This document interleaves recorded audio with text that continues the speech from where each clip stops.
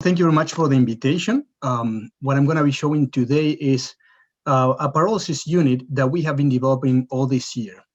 And I want to show you why we think these modular systems are a system to implement in the future. Implement here in the US or around the world, okay? This is, starting from the end, let me see. This is at the end of this conference, I want you to take, this is the message I want you to take. We need more of this kind of system, modular, so we can move it around. We can produce biochar in different places and save cost, operational cost, in transportation and logistics, and capital cost in the infrastructure. But these are the systems that we build. You see a truck coming in. This is a walk-in floor trailer, and we automate those. Goes to a bin, and then it enters into our reactor. And this is again a screenshot of how our models work generally, and depends on each of the feedstock that we're using. But basically, it comes in, it grinds, it dries, and then it pyrolyzes in the pyrolyzer. Then we have different ways of quenching. This is one of them. We quench them, and then they go into bags, for example. These are modular systems. And obviously, depending on the feedstock that you're using, what are the equipments that you will need? But this is pretty much the basic model. And obviously, there are tons of things that we can add. We add heat exchangers, or we add milling system for the char, or sprayers for adding microbes or nutrients or such to the biochar. But this is a simple system. Okay, the dryer uses their own heat from the reactor, so we make it a lot more inexpensive and simpler to use, less operational cost. What else? And obviously the pyrolysis uses its own gases that we combust some of those to provide the heat. But that's how we do it. And what I'm going to be, very simple, my presentation, I'm going to be talking about these 4 words: ARTi, biomass 100 miles, and in some cases like this one, which is 50% moisture. Imagine how expensive that gets. Or when you're saying, yep, we need to pyrolyze this biomass, but this biomass is wet, it's large, it's kind of difficult to move around, or the handling systems that we need. Well, all those things add to the front end, and then makes things a lot more complicated, a lot more expensive, right? And again, I'm not talking about the biochar quality and the systems itself, but the complexity that the biochar industry has to overcome in order to make successful businesses. So this is a picture of the Bioeconomy Institute. Excellent, beautiful place to do research. We did great research here. And this is just an example, no? And again, these numbers, these are techno-economic analysis that we do. Every client is different because they use different inputs. And here I just put in some very big numbers for you to take home.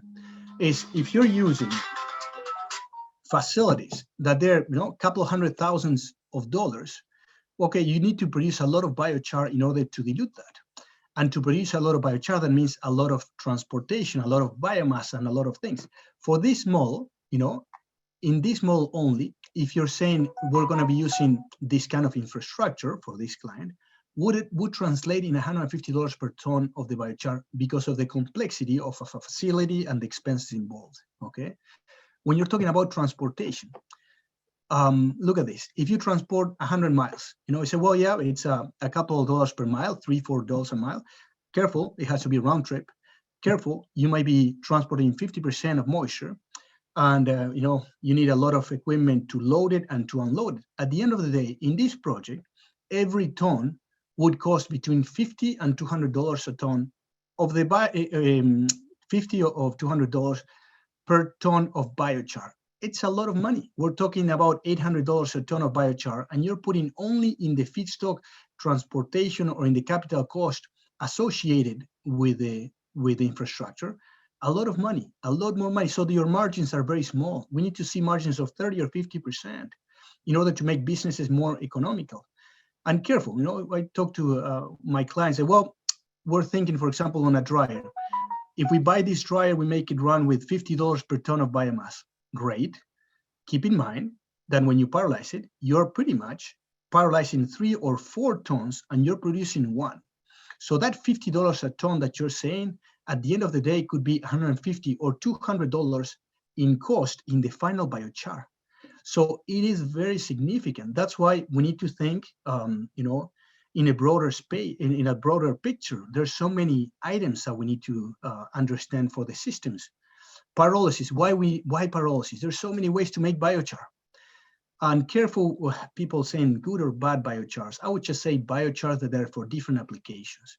But as you guys know, you can do torrefaction, carbonization, slow, fast pyrolysis. Ours is in between, is a medium. Gasification, hydrothermal liquefaction. There are lots of processes. And these are the biochars that you can be processing. They're completely different. So you need to understand your system and what you want to do. And then we start talking about, some of the things on the biochar that we need to be very careful, like the previous talkers were saying, is, what we promise. Careful when you promise all that and you're producing this, they're very different. So we have to know what we're doing and what they're good, those materials for. Other things that I talk to my colleagues all the time is careful with, calling charcoal or carbonization. This is the legacy of carbonization, which we cannot. I mean, it's great in some parts of the world as a first step to move it forward to other systems more advanced. But the smokes and all the process of emissions or consistency of the product or all the issues that we have with operation, those are things that we need to overcome. So don't call it charcoal, because charcoal has a bad reputation. And we need to move ahead with system more advanced, like what we are proposing, something more automated, that with one person or less than that, you can be operating and producing tons. That's the idea. And careful with the quality or the properties of your biochar. And like, Tom was saying, is we need to focus on design biochars. We need to make a carbon that we know what it is and we know what it's good for. Oh, I just realized I forgot my camera. All right. Well, I don't know if it works, but anyway, so what is our point? Is we help the clients from the machines to define the product to make a good biochar product for their systems, okay? And there's a lot of technical parameters. It's not just making charcoal, you just need biochar. And what I was referring in the past, what is good and bad biochar? Well, that's another topic of discussions. But this biochar is good for this application. And you always need to consider everything, like in agronomy. You need to consider the soil, the plants, the environment, and what you want to do with that. So, I mean, it can get a lot more complicated. So we talk a little bit about ARTi, why modular system, we're proposing those. Why the pyrolysis? Because we need carbons that we know what we're producing. It's not just burning something and making charcoal and then calling that biochar and using this broadly. It's not a bad, it could be a good biochar, but you need to know what you're doing and how you're using it. That's the whole point. And now I'm going to be talking about systems. A little bit I've been talking in the past is why we need to approach it as systems. We don't sell pyrolyzers, we sell systems to make biochar products. Excellent. So again, like you see in any facility, the amount of equipment that you need is very significant. And then you start buying all those components, and only in the integration and automation, you spend so much money. And what we're trying to do is make it simple for the client. You tell me what you want, we put it and we manufacture it and we assemble for this situation and we make it work for you. So we build anything. We build all sorts of augers, conveyors, milling systems. Some of these are patented already, most of them are. We make reactors. This is the reactor. This is a pyrolysis reactor that the material comes. They're simple augers, that we can troubleshoot, we can fix. The client can go and get the materials mostly local, most of them. So they're simple. They're simple to automate, simple to operate, simple to maintain. Those are the keys. We make afterburners for those, and again, for more specific situations. Not all of them will require it. And then we do cooling systems, and we do bagging systems and mills. We do mills. Again, we're making biochar products. So when you're talking about, well, we're going to mix this in animal feed, or we're going to mix this in a compost, or in a filler for plastics, or whatever filtration, we do other equipment just to provide turnkey solutions to the clients. These are examples of, drying and equipment for labs and entrepreneur equipment, that we can develop biochar products. Okay, so again, what we're trying to do: modular systems, modular, simple, automated, that they're self-sustaining energy. Actually, we export a lot of energy for other processes if we need. There's plenty of energy in the biomass. Careful when using very wet materials, but there's plenty of energy. And they're simple. This is a container. We move it with a truck. In 8 hours, we take all these components out. We put it inside. We move them around. And then in 8 hours, we bring it down and we assemble it back again. And this is a simple automated system. We automate the walking floor and we automate every component inside. And these are some examples of machines in our development of the company and the concept of how things been evolving. But basically, the most successful components from our system, I think, has been the modularity and the simplicity.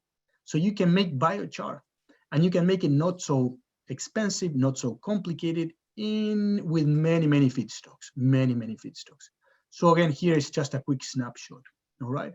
So this is well, some of the directors of ARTi. And yeah, we make biochar, we make assemble biochar, manufacture biochar systems, and we do a lot of consultation in engineering, because every biochar system is a challenge. All right.